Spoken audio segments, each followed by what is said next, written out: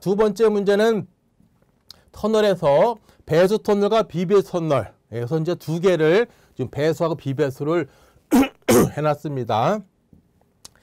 자, 두 개 터널의 단면에서의 좀 차이를 보셔야 돼요.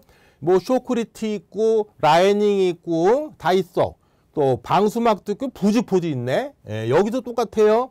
여기는 이제 누수 배수관이라는 게 있고 여긴 배수라는 게 있어요. 이건 뭐냐?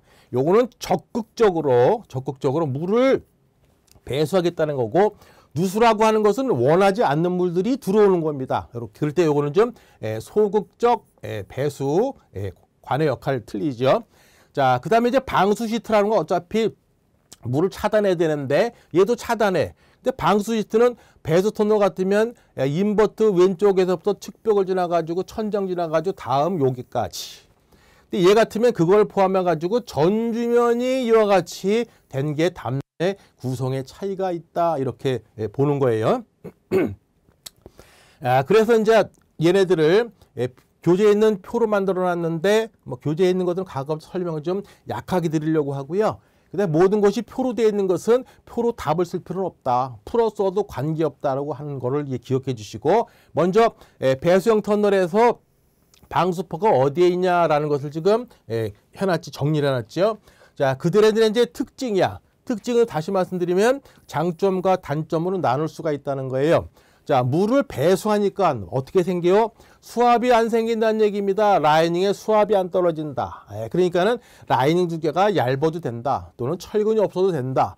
그러다 보니까 단면이 많이 큰 뭐 정거장 같은데 시공 가능성이 좋다. 이런 뜻을 가질 수가 있는 거예요. 자, 단점은 뭐냐면 물을 막 배수시켜. 그럼 어떤 일이 생겨요? 주변 지반이 가라앉는 거야. 그럼 어떻게 돼?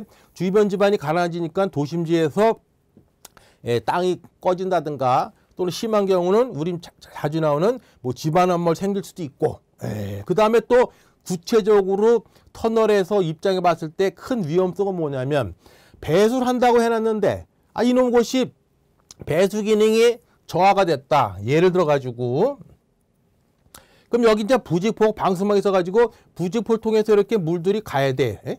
통해가지고. 근데 이 부직포들이 예를 들어서 오래돼가지고 여기에 흙들이 다 껴가지고 소위 말하는 구멍 막힘 생겼다. 뭐 이렇게 될 수도 있는 것이고, 아니면 배수관이 어디 막혀가지고 못 나갈 수도 있다든가. 뭐 이렇게 되면 어떻게 돼? 아이고, 물이 안 나가니까 뭐 그렇구나 하지만 여기 이제 수압이 떨어진다는 거예요. 그럼 당초에 라이닝에 수압을 안 걸어놨는데 수압을 걸리다 보니까 구조적 문제가 생길 수가 있다. 그런 뜻입니다. 자, 그래서 실무적으로는 이와 같이 배수형 터널을 하더라도 이 주변에 대해서 잔류 수압이다 해가지고 일정한 수압을 걸어가지고 작용을 시킵니다. 자, 아까 말씀드린 것은 완전히 이론적인 것. 실무적인 거는 배수가 안 되면 어떻게 돼? 이 걱정스러움을 갖다가 좀 배려해서 간다는 거예요. 자, 비배수 터널 같은 경우에는 전지면을 감싸다 보니까 어떤 일이 생기게 되냐면은 물이 안 들어와. 그러니까 지하수의 저하 같은 게 안 생긴다는 뜻이야, 이렇게. 그러니까 좋은 거죠. 근데 문제는 뭐냐? 이 방수라는 게 완전 방수가 어렵다는 거예요. 그래서 누수관을 이와 같이 만들기도 하고, 또 필요에 따라서는 수압 때문에 철근을 깔아야 된다는 뜻이야. 그럼 어떤 게 그러면 바람직한 거냐? 여기 보니까 적용 보니까 지질 조건이 좋고 주변에 구조물도 없고, 왜? 지질 조건이 좋다 보니까 물이 내려가더라도 잘 꺼지지 않는다는 얘기예요. 또 설령 내려가더라도 주변에 아무것도 없어. 그러니까 민폐를 안 끼친다는 얘기예요. 그래서 작용 수압은 크나 수량이 적은 경우, 이 말은 무슨 얘기냐? 터널이 여기 있는데 지하수가 여기 있어 높단 말이야, 이렇게요. 근데 여기 보니까 안반이 돼가지고 이렇게 불연성면만 몇 개 있어. 그러면은 수압은 이만큼이지만 물들이 찌리리 해가지고서는 하루에 그냥 2바가지밖에 안 나와. 이런 경우야. 그럼 이런 경우에 어떻게 방수하다 보면 수압이 엄청 커진다는 얘기예요. 또 하나는 뭐냐면 극단적 얘기. 이번엔 지하수위가 다량 들어온단 말이야. 어디 뭐 하천이나 해저 같은데 이럴 때는 배수를 하겠다는 거야. 아이고 아저씨, 하천의 물이 한두 바가지입니까? 그 물을 다 배수를 어떻게 하겠다는 거야. 그럴 때는 여기다가 그라우팅을 하고 나서는 배수를 시킨다. 이게 교재에도 있는 거죠. 자, 이번엔 지질 조건이 나쁜데, 지질 조건이 나쁘다는 얘기는 안반이 아니고 토사 중심이라는 얘기고, 지하수위가 또 많아. 그리고 뭔가 구조물이 있어. 또 지하수위가 낮을 때, 그럼 낮을 때라는 이 학교에서는 얕을 때라고 하는 게 좋겠죠? 네, 그래서 지표 가까이 지하수가 있을 때 둘의 절대 조건은 없다. 근데 뭔가를 우리가 정리를 해야 돼. 그래서 여기다가 적용 조건 해가지고 자, 배수형 터널은 산악지와 같은 조건에서 산악터널은 비교적 암으로 많이 돼 있잖아요. 이렇게요. 또 지하수위는 높으나 아까처럼 자, 그래 그런 경우 또 하나는 반대라 그랬어. 하천이나 해전등과 같은 경우에 있어서는 차수구라팅을 동반한 다음에 배수로 간다. 자, 비배수는 상대적으로 집안적으로 불량한 것. 이 도심지 같은데 토사 중심의 얘기란 얘기예요. 집안치에 문제가 있는 경우엔 도심지를 쓴다. 물론 도심지라고 다냐? 그건 아니야.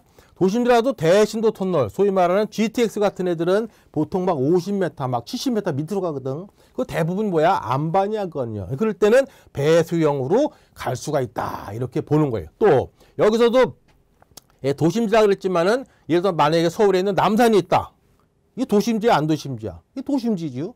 남산을 지나가는 건 뭐야? 이거는 산악터널의 성격을 갖는 거잖아요. 그래서 여기서 도심지라고 말하는 것은 행정구역 개념도 있지만은 그 부분에 지형이나 지질 개념이 같이 돼 있다. 그래서 머릿속에 요거를 탁 넣으셔야 돼. 그러면 위에 것들을 정리하기가 쉬워지겠습니다. 라고 말씀을 올려놓고요. 그 다음에 10번째는 보광통벽에 대해서 강도 증가 원리예요. 보광토 그림 대충 그려져 있고 보광토 강도 증가 원리는 전당 강도는 말과 통이 돼 있는데 공법 뭐예요? 뭐 여러 번 나온 거죠. 아칭에 의한 뭐라고? 겉보기 점착력. 아칭에 의한 겉보기 점착력. 아칭이 만약에 보강제가 이게 없으면 어떻게 돼? 밀리면은 전부 다 똑같이 당초에서 이렇게 가겠죠. 근데 보강제가 있다 보니까 보강제 쪽은 잘 안 간다고. 가운데는 많이 가고. 그러니까 전체 변형이 줄어들어. 그러면 똑같은 힘을 받았는데 변형이 줄어든다는 것은 그만큼 걔가 흙이 좋아졌다는 뜻이죠. 누구 때문에? 보강제 때문에. 그래서 그 보강제 때문이기 때문에 그걸 우리가 겉보기 점착력이라 한다. 이 얘기는 참고해 주시고요. 그래서 보강제가 안 들어있을 때는 파괴 파락성과 모하니와 같이 만나가지고 파괴가 될지도 모를 텐데 보강제 설치하다 보니까 겉보기 점착력에 의해서 파괴 플러스는 위에가 있고 모하는 여기 있다. 이만큼 차이가 있다는 얘기 무슨 얘기예요? 그만큼 안전율을 확보하고 있다. 이렇게 내용 가겠죠. 그림으로도 한번 펼쳐놓은 거고요.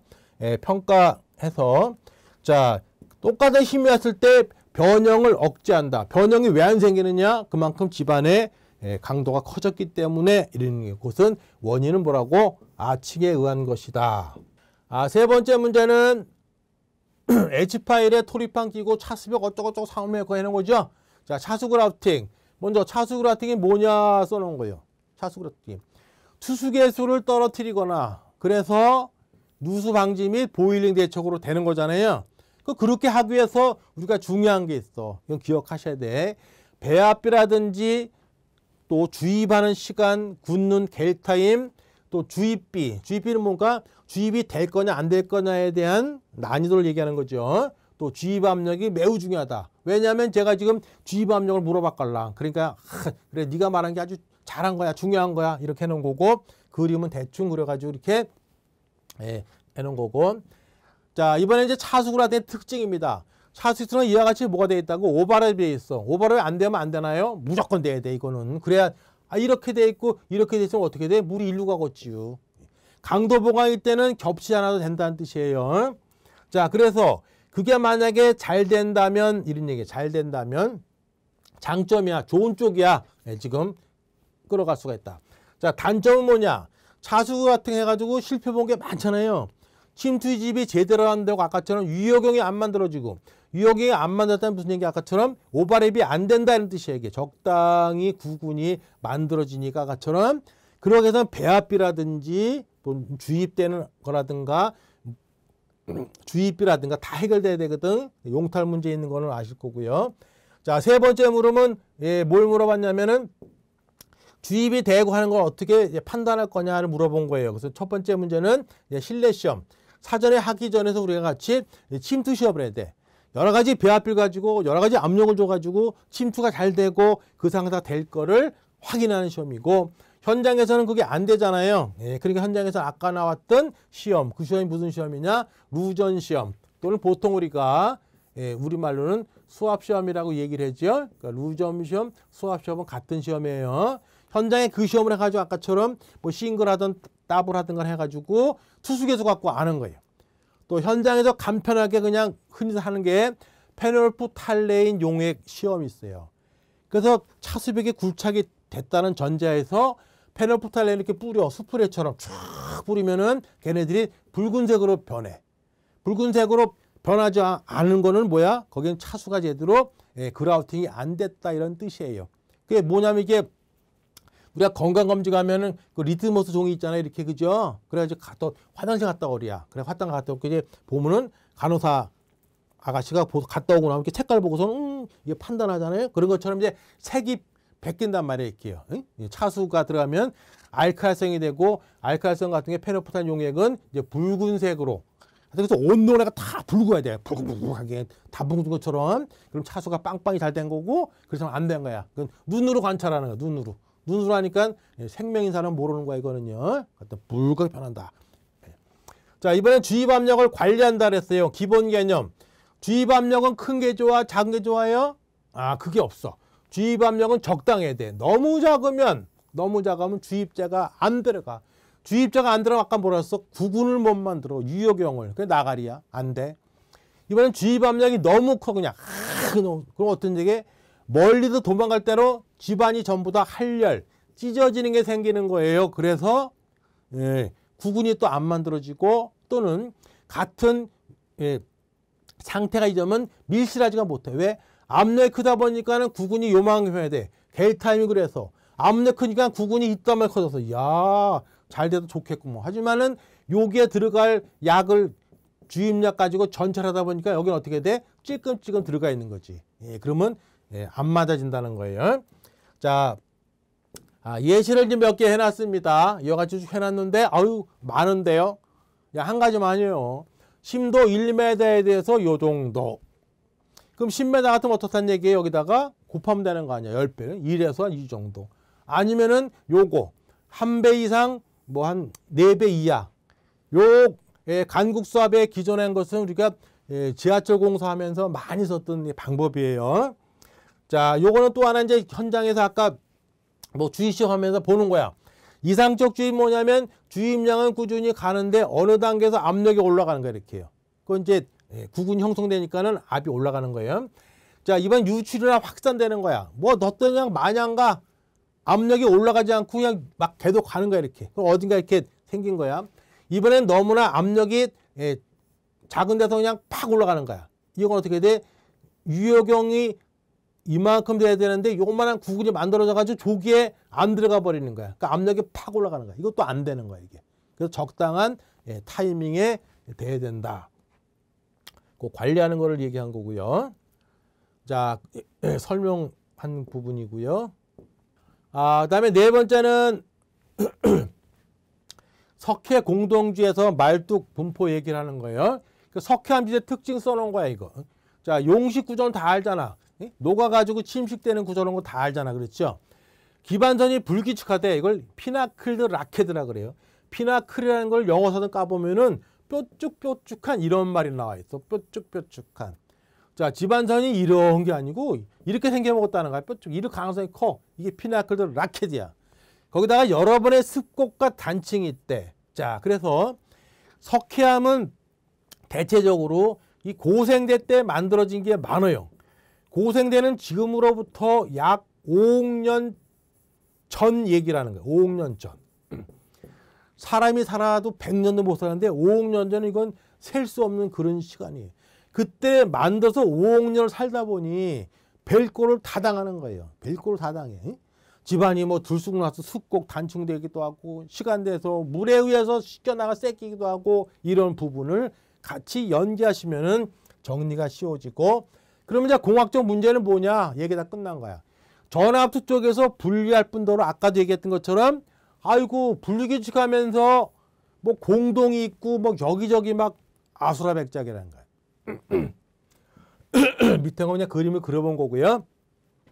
석회 동굴이 만들어지고 속해된 부분에 이렇게 푹 꺼진 걸 우리가 뭐 돌리네라고 말하고 또는 돌리네들이 연결된 걸 우리가 뭐 우발레라고 한다는 그런 표현 정도로만 이해해 주시고요. 자, 기초봉황 방향을 물어봤어요. 기초봉황 방향을. 자, 말뚝만으로. 자, 공동이 있어. 그러니까 공동을 펴가지고 말뚝만으로 쫙 깊이 가는 거야. 뭐 강간말뚝을 해도 되고 예시처럼 현타해도 되는 거고, 이번에 이제 지반보강으로 가는 거야. 지반 가니까 말뚝은 이 공동이나 이런 게 없다 치고 적당하게 그냥 암에다가 살짝 이렇게 얹히는 거야, 이렇게. 근데 미분의 공분이 많거나 이게 이 부분은 이제 지반보강에서 구라우팅하겠습니다, 그 소리야. 이것도 되는 거고 이것도 되는 거예요. 안 되는 건 아니야. 근데 보통 실무에서는 요거를 많이 썼어. 그거는 이제 뒤에서 말씀드릴게요. 그래서 방향틀에서는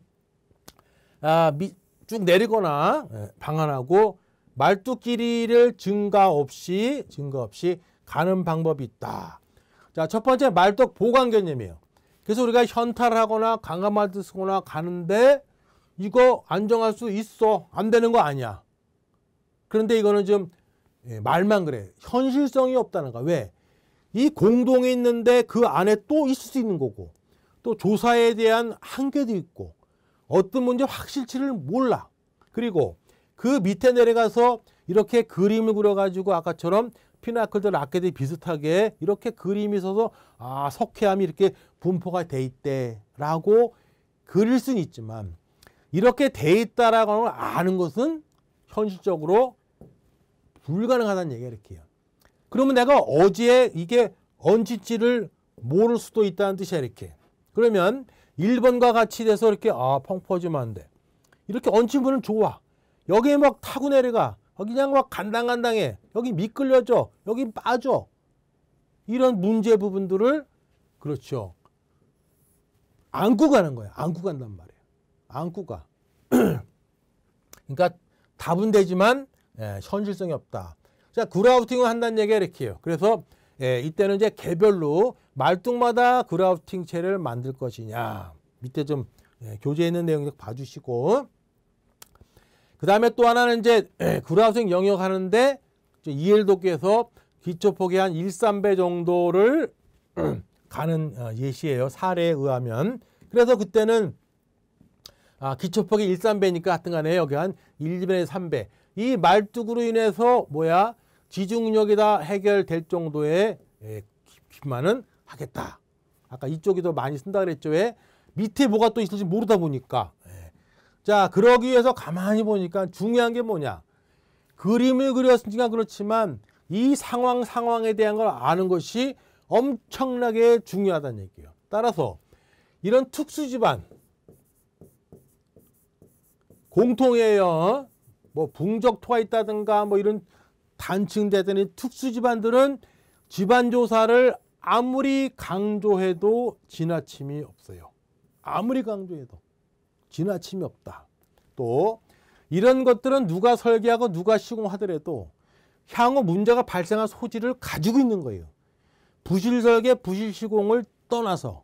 그러니까 이런 데는 반드시 뭘 해야 된다? 보강을 해야 된다. 그리고 보강하면은 반드시 뭐에 확인해야 된다. 확인해 봤더니 이것이 시원치 않아. 그러면 어떻게 한다고? 추가 보강을 해야 된다. 보강을 해야 되고 확인한다. 이거 한국 사람이 제일 싫어하는 거예요. 한번 해놨으면 끝이지 뭘 또 확인까지 해. 이거 제일 싫어. 이거 해야 돼. 반드시. 내 목적에 따라서.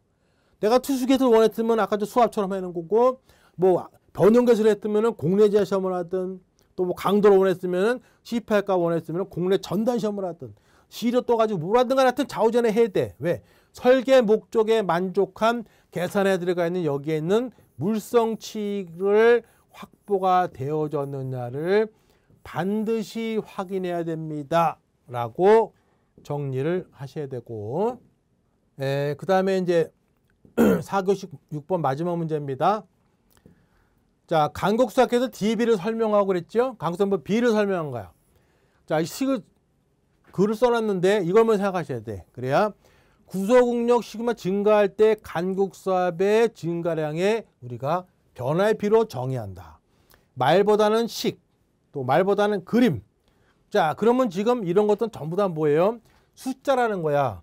설명하라 그랬거든. 정의를 던져놓고 어떻게 구하느냐를 설명하는 거예요.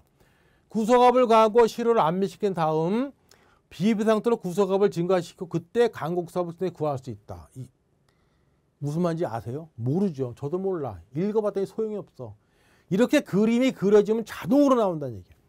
자, 구소값을 가하고 안미를 시킨 다음에 간극수압이 없어진 거야. 그 다음에 비배수 상태로 그렇죠. 구소값을 증가시켰더니 얘가 나오더라.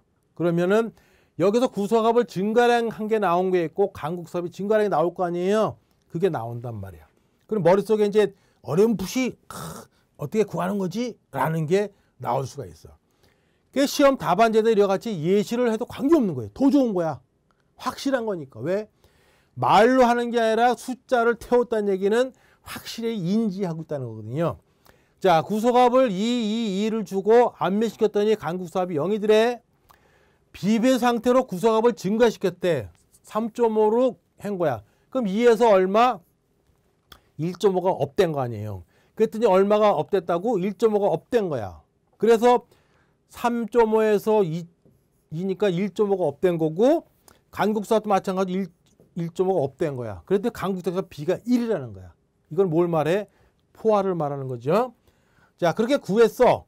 구한 다음에 우리가 이제 교재에 있는 과잉광수압을 산정할 때 또 하나 비계수는 이 배합할 때 이 포화도 B가 1이라는 뜻은 완전 포화고 B가 0은 완전 건조야. 물이 한 톨도 없다는 거야.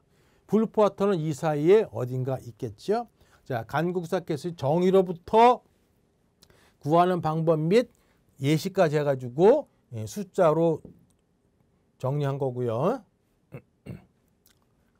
자, 이번에 간극수압 계수 D예요. 자, 정의. 자, 일축압축. 이 일축압축은 무슨 압축이냐면 등방 후 일축이에요. 단순한 일축이 아니고. 그래서 이 등방 후 축차응력에 대한 간극수압의 변화량의 B. 그림 통해서. 자, 얘는 이제 성질이 있어요. 어떤 성질이냐면 요거를 먼저 봐주셔야 돼. D는 A 곱하기 B다. 자, 등방 후 일축이기 때문에 옆구리가 허한 상태예요. 횡변이가 없다는 뜻입니다. 이렇게 구속이 없다는 거야. 이렇게 구속이 아니라 구속이 안 됐다는 거예요. 그래서 등방 한미를 일축을 하게 되면 가주나 등이 모두 분담되지 않는다. 수압으로. 딱 해야 되는데 그래서 발생되는 것은 흙의 최적 변화하고 포화도에 의존한다. 최적 변화에 의존하는 것은 뭐냐면 A값이고 포화도에 의존하는 것은 B값이에요. 요게. 그래서 포화도가 만약에 배를 하면은 D는 A로 갈 수 있다. 자, 마지막 물음은 유도를 하라 그랬죠.